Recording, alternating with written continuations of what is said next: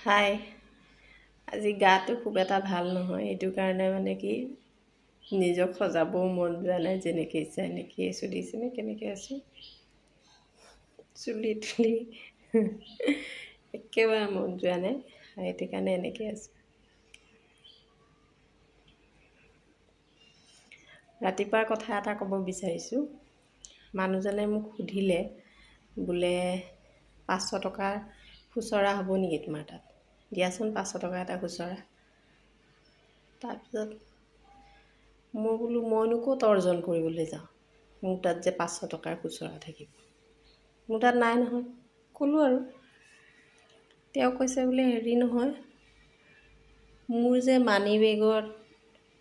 মানি বেগৰ পৰা 100 টকীয়া এটা পকেট মাৰি থকা সেইকেইটা ক'ত গ'ল। এনেকৈ মই বোলো কি সেইকেইটা কি মই পকেট মাৰিলোঁ। কৈছে বোলে হেৰি তুমি নামাৰিলে কোনে মাৰিব। এতিয়া ভাবকচোন।